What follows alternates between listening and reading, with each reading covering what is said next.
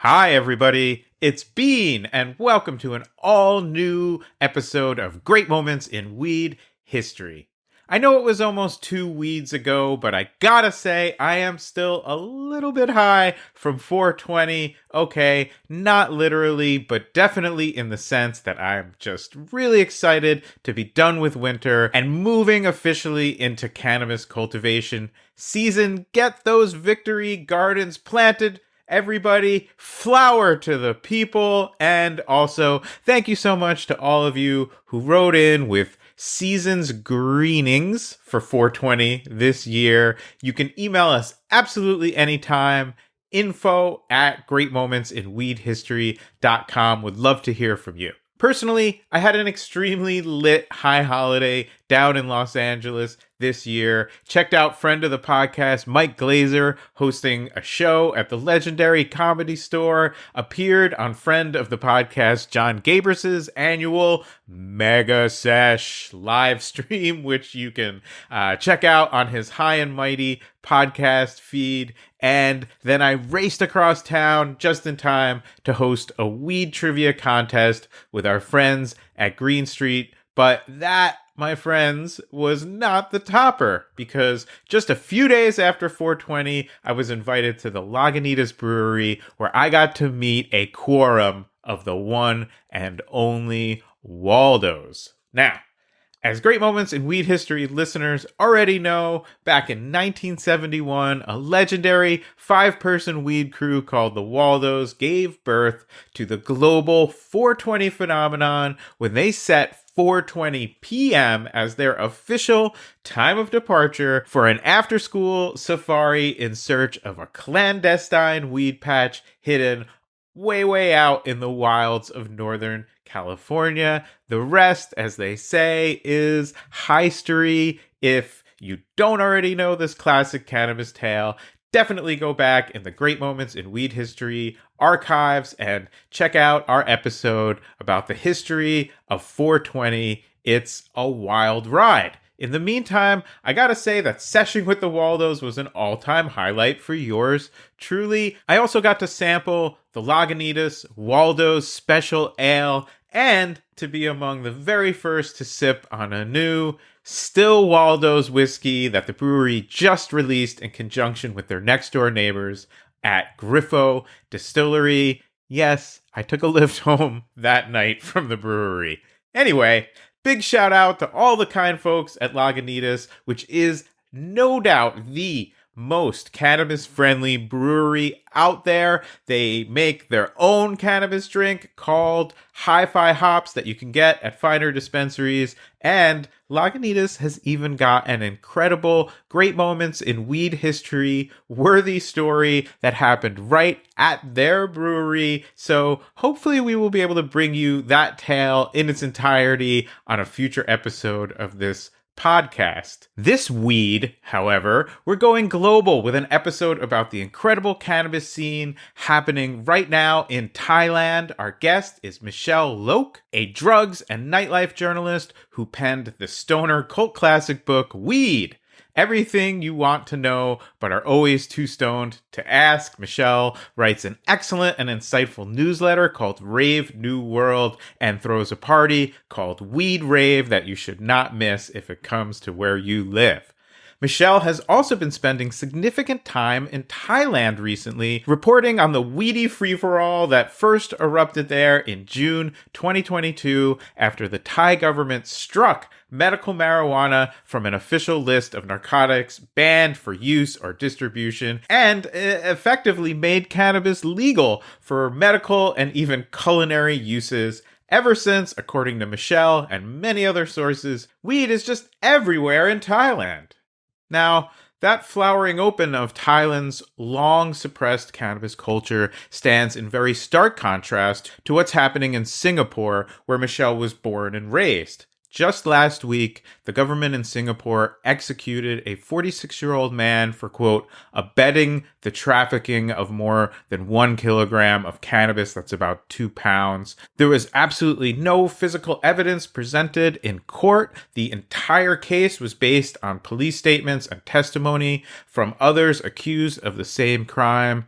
Now, Please note this unconscionable execution took place after my conversation with Michelle was recorded, so we don't talk about it directly, but Michelle does discuss the cultural whiplash of seeing Singapore's draconian war on weed continuing unabated, even as less than 1,000 miles away, Thailand is experiencing this incredible cannabis renaissance. We also talk about how cannabis culture in Asia actually dates all the way back to antiquity, how in the 1970s, Thai stick was considered sort of the ultimate international head stash, and of course, we talk about our shared hope that the current reforms happening in Thailand will not only continue there, but will actually spread throughout the entire region. It is a fun and a really fascinating conversation with a true friend of this podcast. But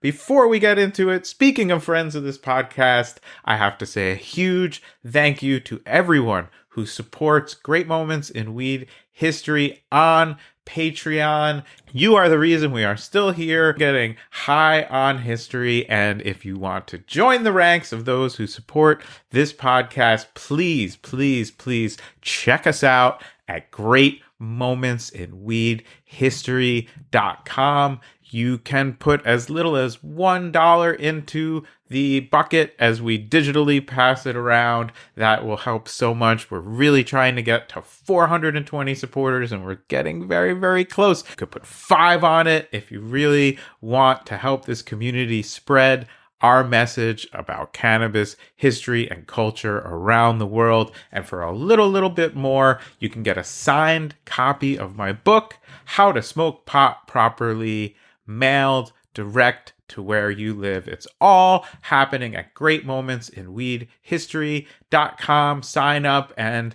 best of all, you'll get the video version of this podcast. You'll see me holding up my packs ready to puff right before the theme song, and you will get a new episode every single week, or every single weed, as we like to say here at Great Moments in Weed History. So if you're listening in the podcast feed, you get one new show every 2 weeks, classic Great Moments in Weed History. That's how you found this episode. But if you sign up, you will also get access exclusively to our secret sessions, where I get lit and have a very informal but also, I think, very enlightening sesh with one of our supporters. Most recently, I talked with Casey, who is a supporter of this show and a fiber freak who says that getting knit and getting lit have a lot in common. It's a very cool community, the fiber world. There's like designers, and then there's all the knitters. You go to these fiber events, and it's just this really cool community, not unlike like the cannabis community, where there are these large events around the thing that we all love. All right, so those are the secret sessions. The only way to access them is to join us on Patreon at greatmomentsinweedhistory.com. Let's get into our story. This weed about cannabis in Asia, about the incredible weed scene happening in Thailand. But what if you're saying to yourself, well, that sounds amazing, I am all in, but bean, I'm not ready yet. Please stop the podcast machine. I gotta get high, and I'm not there. I don't even have anything. It's in the other room, or this guy, just chill. You know what you gotta do? All you gotta do is hit pause and use that time at your discretion and at your leisure to roll yourself a joint, or to split a blunt, or to pack a bong, or to endabulate a dab, or to do what I'm about to do, which is to get yourself your very own Pax vaporizer so you can puff Pax along with me. That's at pax.com, PAX.com. And if you use the promo code Great Moments, you'll get a significant discount at checkout. But for right now, whatever you got to get lit with, get it ready right along with me for another Great moment in weed history.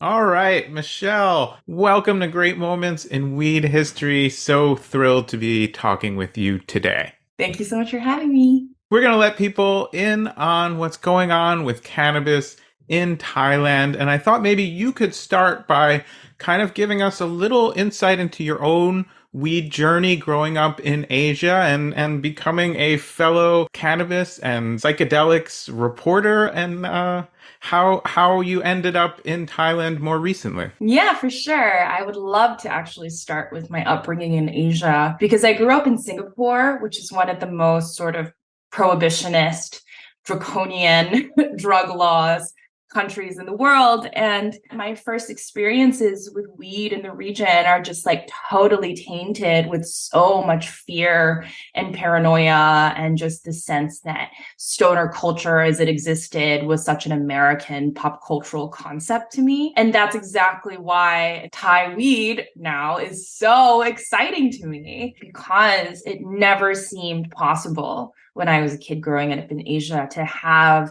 a weed culture that is Asian, a legal weed culture.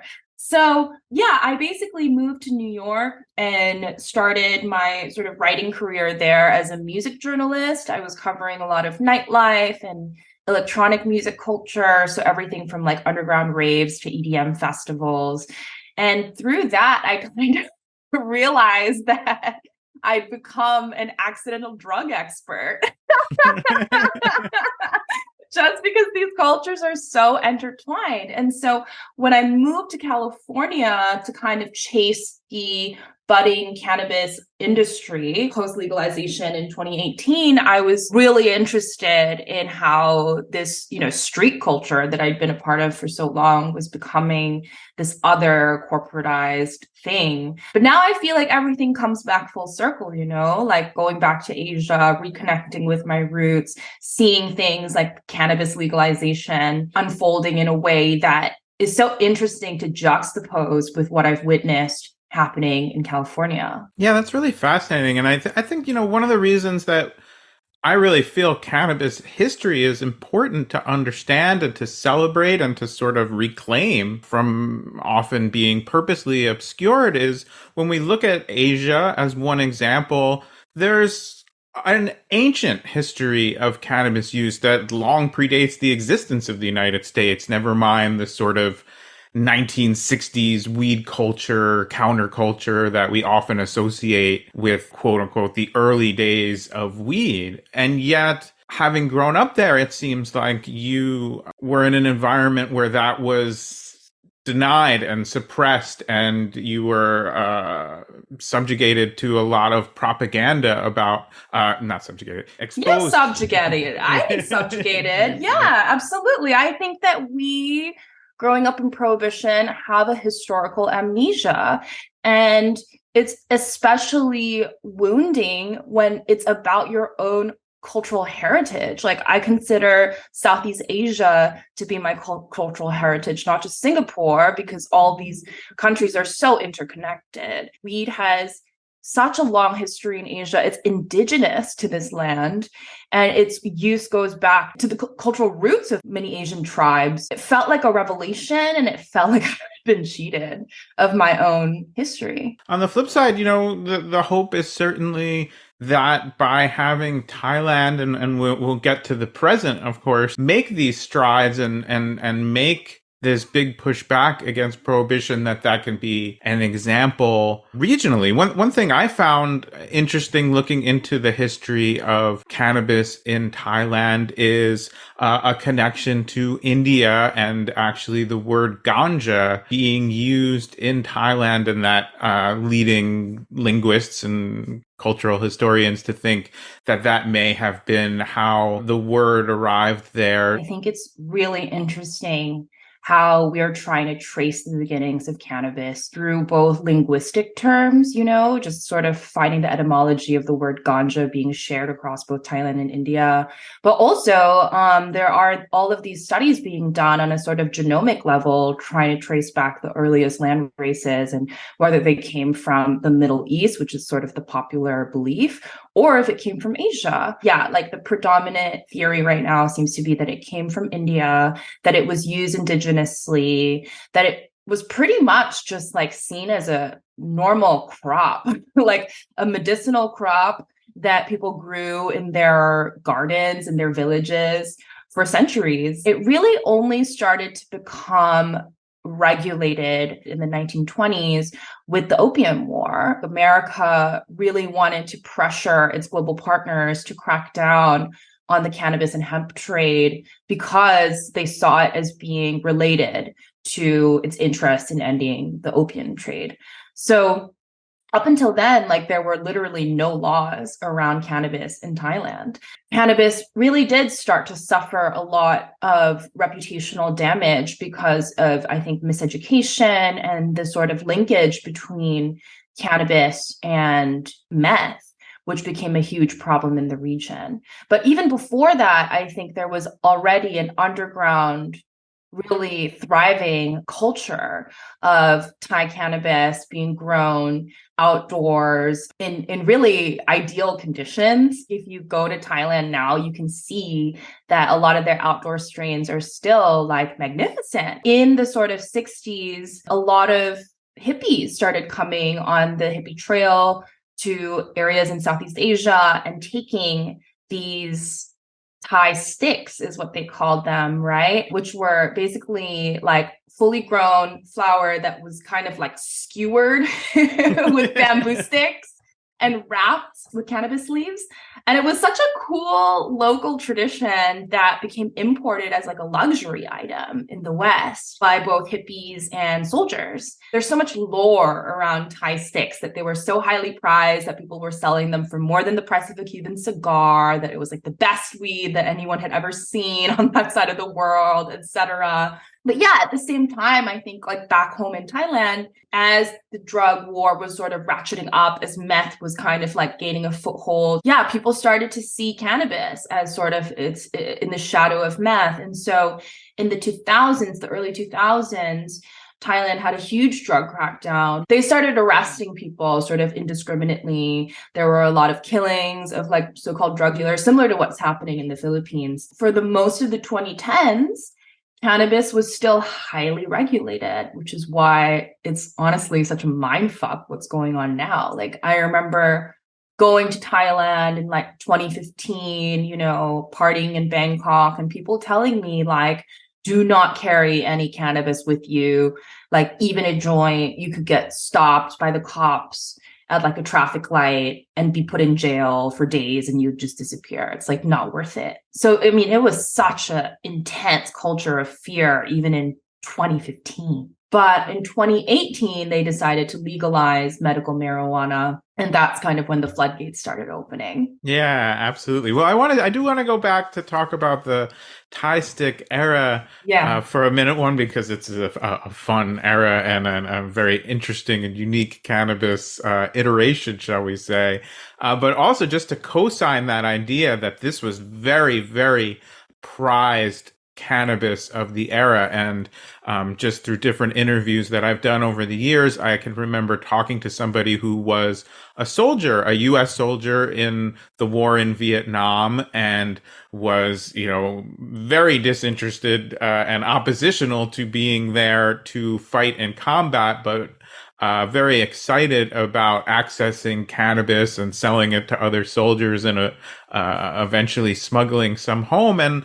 And they told me that absolutely the best cannabis in the region was sourced from Thailand at that time. A lot of U.S. soldiers returned with some Thai stick and certainly with fond memories of it. And people I know to this day who were smuggling cannabis into California, that was considered the ultimate high grade, top shelf of its day. And that speaks a lot to its quality and also to the quality and care of the cultivators in Thailand. So I'm wondering what you might know about that sort of tradition. Is there a Humboldt County of Thailand? In 2018, actually, when they legalized medical cannabis in Thailand, I became obsessed and I made a pilgrimage to Bangkok where I spent a couple months researching the scene. And what people told me is that up in the north, there are a lot of sort of hemp villages that are populated by the Hmong tribe. And they basically create all kinds of goods out of hemp, from clothing to other sorts of textiles. And they also grow a lot of cannabis that they put into their food sort of medicinally. So you'll find it as like an herb amongst like hundreds of other ingredients in some delicious medicinal soup. I think that you could maybe compare it to Humboldt in the sense that it is much less regulated. It seems to be kind of just happening sort of as a free-for-all. But I am reluctant to kind of put too much of a comparison between these two places, because I think that the farmers really see it as potentially just a cash crop for them to eke out a living in really harsh conditions. And so unfortunately, I think that there's not as much of a like modern day weed culture around the plant. I think that a lot of historical and cultural knowledge around how to grow the plant even has been erased. And so my question is whether Thai weed, as it sort of enters the modern era of legalization, will be able to compete with the knowledge that American growers or European growers have really perfected over the last few decades. Definitely the fact that they have these indigenous land races and historical strains, I think could be a really strong selling point.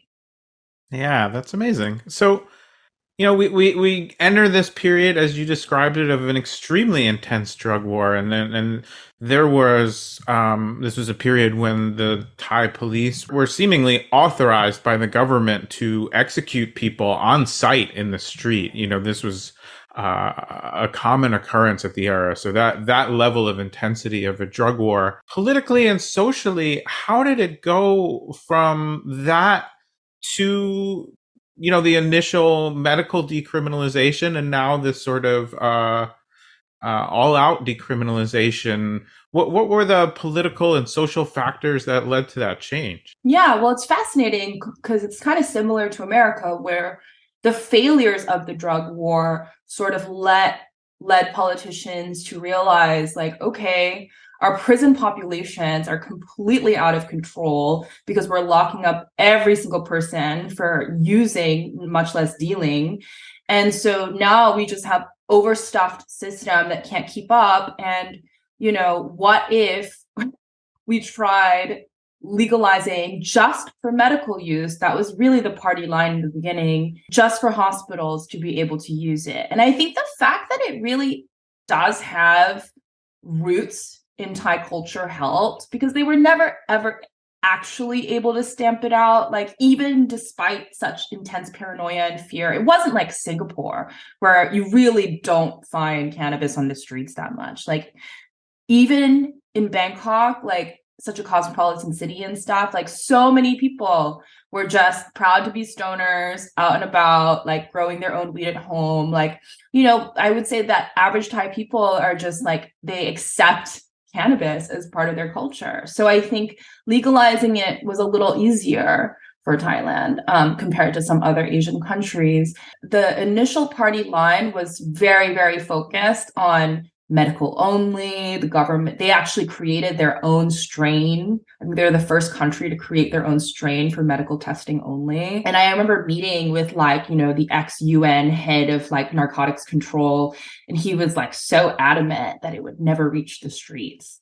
But Thailand being Thailand, things can get really chaotic on the ground. And what ended up happening is, they went from saying, okay, everyone can grow 6 plants on their own in 2018 so that, hopefully they could supply some cannabis to the government, to just realizing that it was impossible to kind of control how this thing was spreading. And I think what really set off the recreational market as it is today is the government, when they sort of revised their scheduling of regulated drugs last year, decided to take cannabis off the list. And that was definitely a politically motivated move. There's a political party called the Jai Thai Party that has really ascended to power with cannabis legalization as one of their key sort of political drivers. And so, yeah, they were kind of behind this move to remove cannabis as a controlled substance, but they didn't actually reschedule it or provide any sort of regulatory framework for how cannabis was now going to be regulated if it wasn't a controlled substance. So everything just went wild. And I think that's kind of what makes this moment in Thai weed so special. Like when I went there about 2 weeks ago, I was just walking around the streets of this sort of touristy, beachy resort town called Krabi. And there were every single type of weed business that you could imagine. Like there were pizza restaurants serving like weed in the pizzas. There were like Italian soda edible things. There were little shacks selling like, hand rolled joints. Just like it felt really common people, like people just, just everyday Thai people opening up like little stores and doing what they can. Of course, there were also like high-end bougie dispensaries that looked like a MedMen store.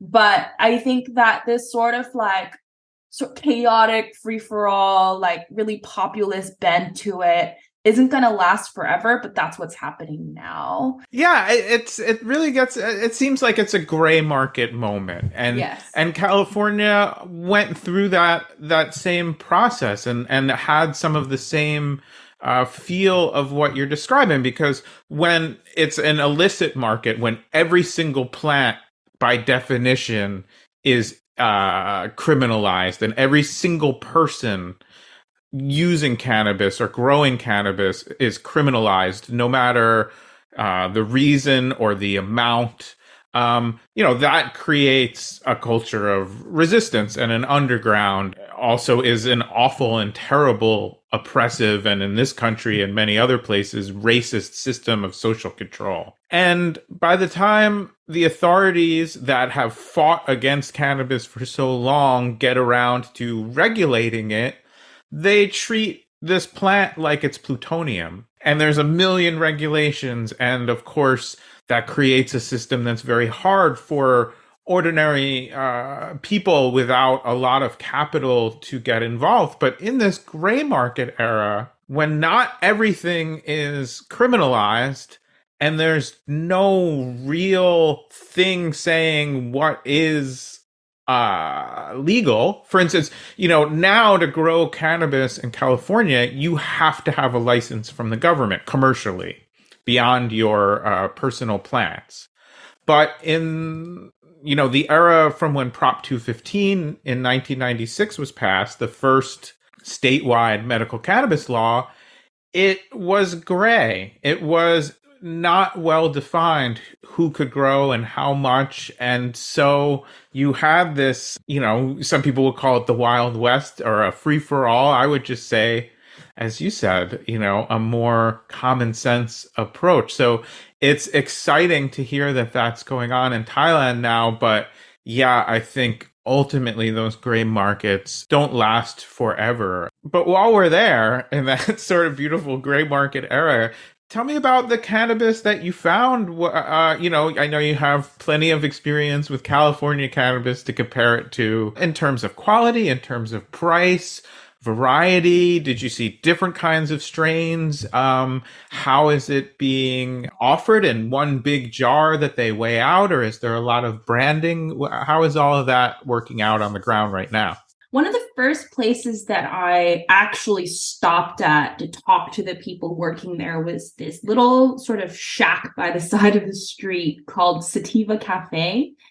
And it caught my eye because they were selling all kinds of delicious drinks alongside the sort of pre-rolls and flowers. But once I started looking at the weed itself, what I thought was also really interesting, which I guess is a regulation actually, is that they were selling all local strains. So, I mean, obviously they can't really import strains from the US. So, they had a strain called Thai Stick.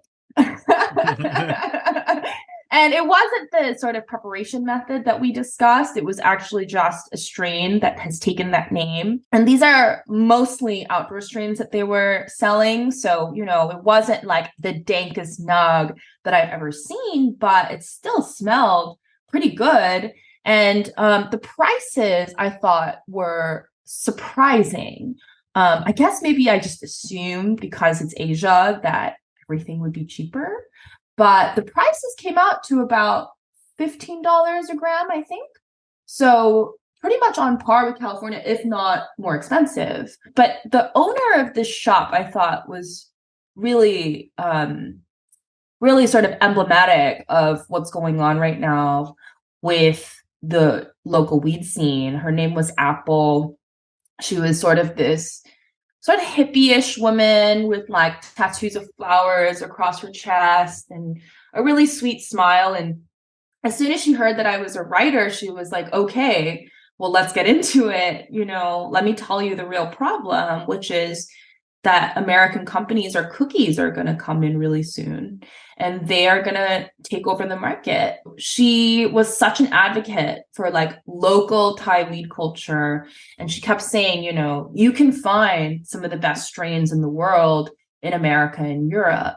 But when you come to Thailand, you want to eat pad Thai, you want to eat the mango sticky rice, you should also try outdoor grown Thai weed. All of their strains come from like small farmers working either on that island or in a region called Chiang Mai or Chiang Rai, which are also kind of the hotbeds of weed culture in Thailand. And, her partner, who was sort of the Spanish dreadlocked hippie guy also, who was like constantly smoking joints throughout the night, he kind of mentioned that the government had given away 1 million seeds to Thai farmers as sort of a PR campaign to kickstart the sort of, local marijuana movement. And he was like, that's great, but it's not enough. The government really needs to step in and help local businesses stay alive in the impending sort of assault of foreign interests. And it's true, after that, I kind of looked into what Cookies has been doing, and they actually opened a dispensary in Bangkok already. There is a law that says that you can't get a license to run a dispensary in Thailand unless you're a Thai citizen. So it's more of a franchise operation, a partnership, but it has all the Cookies branding and a lot of the Cookies strains, which actually I did see a lot of Cookies strains in all of the weed shops. So Cookies has definitely arrived in Thailand. Yeah, well, branding will get you far in this world, as we know. Whether that's a name that somebody put on the cannabis they happen to have because that's what's going to sell well, or that's what's going to sell well to tourists, is always very hard to tell. Even in a dispensary in the United States, you can put way too much faith in what the label on something says versus how it smells, how it smokes, what it looks like. But there is a sort of a sense of neo-colonialism, I think, to that, particularly when we're talking about a place that has such a long tradition and a storied tradition of cannabis. And I think before actually coming to Krabi on this most recent trip, I had assumed that Thai grown strains would not be as good as US grown strains. It was sort of a inbuilt prejudice, I think, that I had. But the second place that I stopped, I found through Google reviews, and people kept saying like, oh, this place has the best flower on the island. Like, you have to go. I pulled up. It was in a slightly more remote street with not that many headlamps or street lights.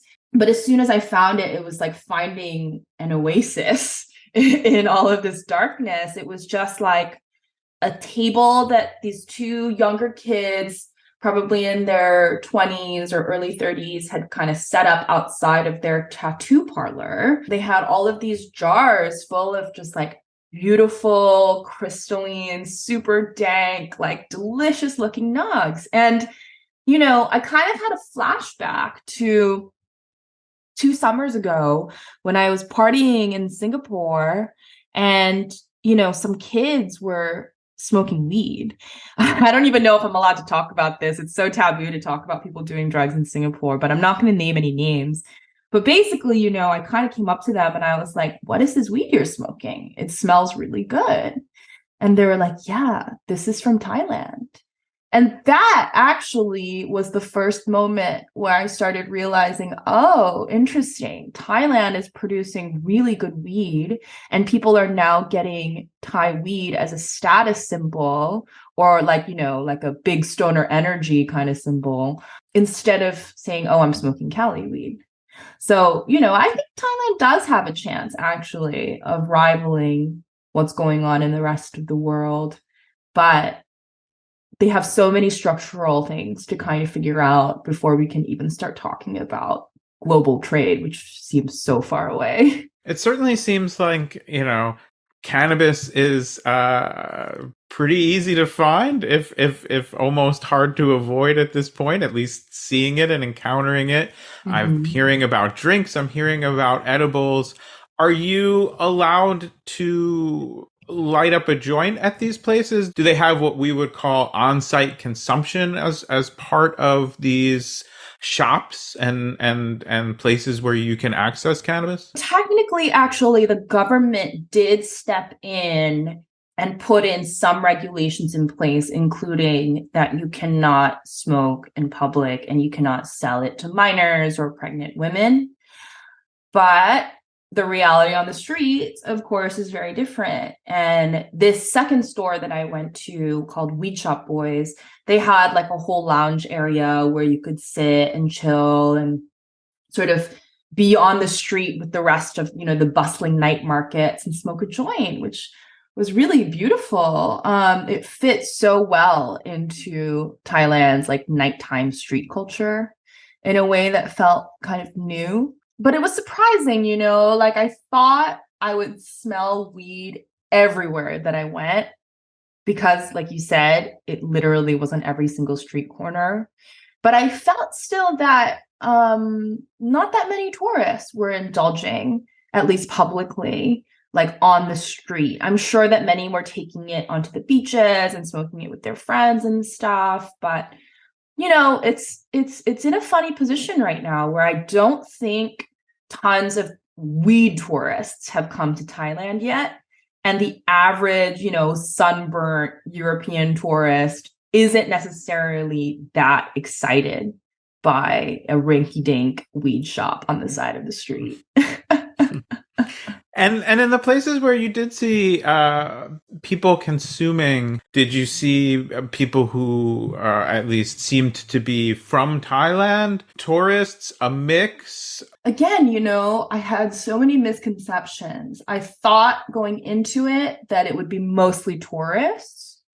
But actually, the first shop that I went to, Sativa Cafe, was all locals, including like a young family pulling up, mom and dad with their kids, just kind of hanging around their ankles, which I thought was like, again, revelatory in this small way, because you could never imagine children walking into a dispensary in the US. Yeah, it just felt so casual there to, of course, just pick up some joints on the way back from dinner or something with your kids in tow.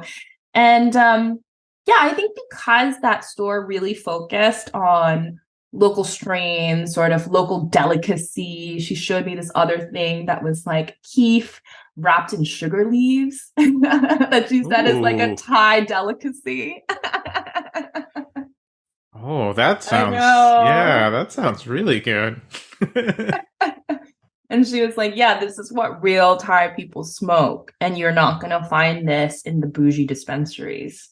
Oh, well, that's interesting. Do you remember if there was a specific name for that? Okay. It was called Stone Mix Fruit. Gotcha. All right. Well, that's a hot tip for anybody heading to Thailand in the near future, or we have a lot of growers listen to this show, and they certainly have all the materials required to experiment with making some of that domestically. And of course, send a DM to the show if you want to share some with us through our ultimately very secure system of a PO box unofficially. Yeah, I'm dying to know actually how Stone Mixed Fruit or any other type. I didn't get to try anything, Dave. I didn't get to try anything. And the reason why is because the way that other countries are responding to legalization of Thai weed has been really severe. In countries like Singapore, where I'm from, there was an advisory that went out to citizens on the flights leaving the country to places like Thailand, reminding us that we as Singaporean citizens are still not allowed to do illegal drugs overseas, even if it's legal in that country. Oh my gosh. And that, they've been ratcheting up the number of drug tests when you come back to the country from places like Thailand to make sure that none of their citizens are like, because it's like a 2-hour plane ride. So it'd be so easy for people just to go to Thailand for the weekend and get stoned and come back. But, so many countries like Singapore are terrified that this is going to spill into their borders. And I think we're going to see a lot more sort of tension between Thailand and the rest of the regions that have totally different drug policies. Yes, and I of course vehemently disagree with the policy, but I would say the authorities in Singapore are right to fear that when people are able to go somewhere and experience a different, more sensical and open approach to cannabis, that can be a huge factor in spreading these changes and this freedom. I think, one thing we can look to is the example of Amsterdam starting in the early 1970s and through the 1980s, sort of the worst, at least rhetorical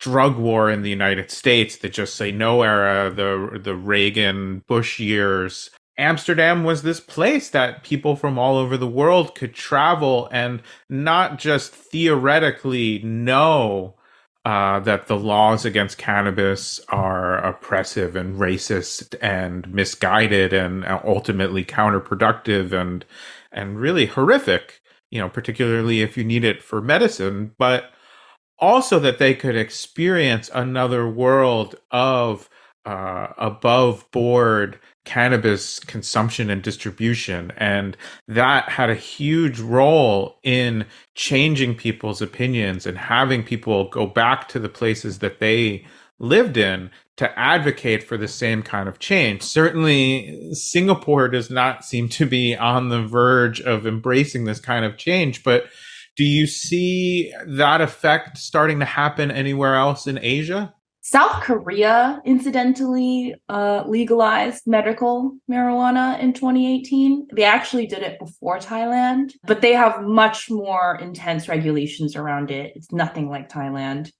I'm curious if a place like India might be well poised to do something similar, because again, cannabis is indigenous to the land there. And I think that's what makes me really excited about Thai weed sort of entry into the global foray, is this idea of stoner weed culture kind of looking different from how it's looked for the last few decades. Not just in terms of aesthetics, although that's a huge part of it too, but like the types of people that are portrayed as weed connoisseurs or stoners, and allowing Asian faces to be potheads beyond, I guess, Cheech and Chong. That's the only Asian stereotype or stoner that I know in America. I mean, that is really, really groundbreaking to me. Yeah. But in terms of other countries on the edge of legalization in Asia, it really feels like Thailand is a bit of an outlier right now. Well, that's what outliers are for. So that's definitely something we can keep an eye on as this develops, and certainly root for that change that we want to see spread, of course, everywhere that anyone is listening to this podcast, whether it is somewhere with legal weed or somewhere that is still living under prohibition. We bring you these stories to inspire everyone that this change can and will happen. And, thankfully, I think we live in a time when that momentum feels really present, and where the idea of cannabis legalization happening in places that were once extremely prohibitive and criminalizing of this plant is just a fact. We can look at places even in the United States, extremely conservative places. The state of Nevada used to imprison people for 10 years or longer for a single joint, and now there's dispensaries right on the strip in Las Vegas. So, change can come really quickly. And I think partially because these laws themselves don't make any sense. Right. And so you get this emperor wears no clothes moment where everything can change quickly. But of course, that's how it seems from the outside. As we all know, social change of any kind takes the dedication of a lot of activists. And I'm wondering if you can speak to the people on the ground who you might have met or encountered through your travel and through your reporting, who have played a part in pushing for this change, not just in an economic sense, but as a social justice issue. Yeah, I mean, there are definite coalitions in Thailand run by local business owners and activists. Like the Highland Network is sort of a conglomerate that opened the first cannabis cafe in Bangkok. I had a guy from there named Arun Avery, who was a participant in a panel that I created about Thai weed in 2018. He was great. This sort of entrepreneur named Kitty Chopra is super, super famous, I would say, now in the scene. Like, she has been on this sort of beat for a really long time compared to a lot of people who are sort of entering it now. And even in, 2018, when I was making the rounds, everyone was like, you got to talk to Kitty, you got to talk to Kitty. And she also opened up a dispensary in Bangkok where she's been really weathering all the ups and downs of all the political changes that are happening right now. I mean, Thailand is in a really crazy position at this very moment because a lot of doctors and politicians and other sort of people in various sectors in society are actually advocating for it to be recriminalized. There's been a huge backlash against the sort of chaotic rollout of how things have gone. The chances of it actually becoming recriminalized are quite small. It's pretty hard to, put something back in the box once you let it out. But I think the fact that so many sort of so-called respectable members of society are really sort of being like, whoa, this is too much too soon. Like, we need to really step back and reevaluate everything. And there's an election coming up where, a lot of the people who were big advocates for weed legalization in parliament might not be there, really could spell a different future for how cannabis in Thailand ends up being. So, I think people like Kitty and other sort of activists in this scene are really standing to attention right now and being like, we need to do things the right way to make sure that it can continue to happen, to continue to exist. But I gotta say, like, the activism and the change happens on such a micro level sometimes. Like, the coolest thing that happened during my trip, beyond like getting to discover local stoner delicacies, was bringing my parents to these little weed shops. And my parents grew up in Singapore. They had zero contact with weed. They didn't even know what it smelled like until they came to visit me in college. And, you know, they were kind of like hovering behind me the whole time as I was doing my interviews. And like my mom would like listen, and then she would like whisper what I said to like my dad and like pass along the message. It was so cute. And, you know, at the end, as we were walking back home, the reason why they even came with me on the tour is because they thought it would be dangerous. Like, they were like, oh, this is not going to be good for you to do alone. Like, they still were just like so afraid, you know? And at the end, as we were walking back to the hotel, like my mom was like, you know, all those people, like the woman Apple, like all these people seem so nice. They didn't seem like crime syndicate, like crime lords at all. And I was like, yeah, mom, you know, but it really helps, I think, when you are able to put faces to the movement and see that these are individual people that are really just trying to eke out a living, do something cool, and not like gangsters or whatever, you know, my parents think weed is about. The more suppressed cannabis is, then the fewer people are going to self-identify, and people who feel that they have more to lose, so people with the most sort of standing in society, are going to be the least likely to be upfront about that. So it creates a very skewed view of who uses cannabis, and it fits into and fuels these stigmas and these stereotypes that we do see start to break down as prohibition breaks down, and frankly, as some people who, you know, not that your parents are ready to puff tough, but people's minds change, and ultimately we see new people who will try cannabis once it is accepted by society, and certainly when the criminalization ends. But we do also get this kind of backlash, and what's always so funny to me in a dark humor kind of way is the opponents of cannabis legalization, before it happens, will say, oh, you know, there'll be crime in the streets and people will immediately become addicted to X or Y or Z, whatever the scariest drug in that area is, and it's going to kill the economy and it's going to do all these horrible things. And then when it happens, they always fall back on stuff like, I smelled weed when I walked through the park. That's literally what happened. It was some politician smelled it on his morning jog. Yes. And it's like, well, you played yourself. Because you said that what was going to happen was the complete breakdown of society with death and destruction and blood in the streets. And now you're saying it smells like flowers.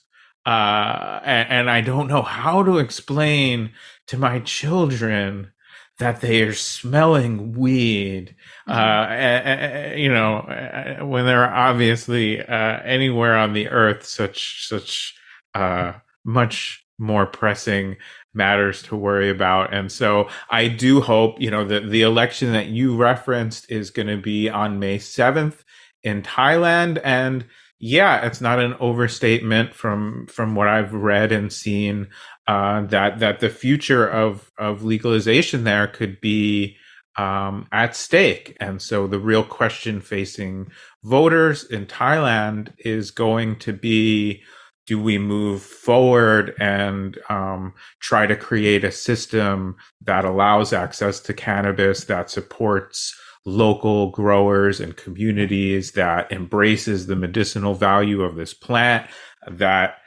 makes it attractive for tourists to come and experience a safe cannabis culture, and that I would say hopefully fosters the kind of cross-cultural understandings that we see when cannabis is available to people, that embraces the history of cannabis in Thailand and throughout Asia? Or are they going to allow the authoritarians to drag this back and make this time period an anomaly? And I'm heartened to hear you say that you think it's not something we're going to be able. It's not something they're going to be able to push back in the box, and we'll have to see what happens with this election. But the one thing I do know is that weed people don't give up.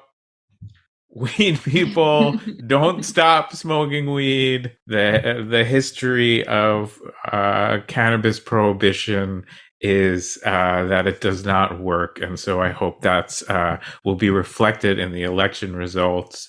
In the meantime, just want to thank you so much for all of your reporting, in particular for the excellent reporting about Thailand in Rave New World. And, can't wait to see where and when and what you report on next in this great big world. Michelle, thank you so much for coming on Great Moments in Weed History. Thank you so much for having me. Shout out to all the Asian stoners out there. Absolutely. And big shout out to all of our listeners throughout Asia. And, please if you're listening in Thailand, please vote. And if you're listening elsewhere, I hope you are inspired by what's going on in Thailand. And I hope that you are soon living in a place where this cannabis plant is celebrated. And Michelle, I think you and I are probably both about to celebrate the cannabis plant in our own unique way. And we can stick around for that after the close. Cool. This was so fun. Thank you, Dave.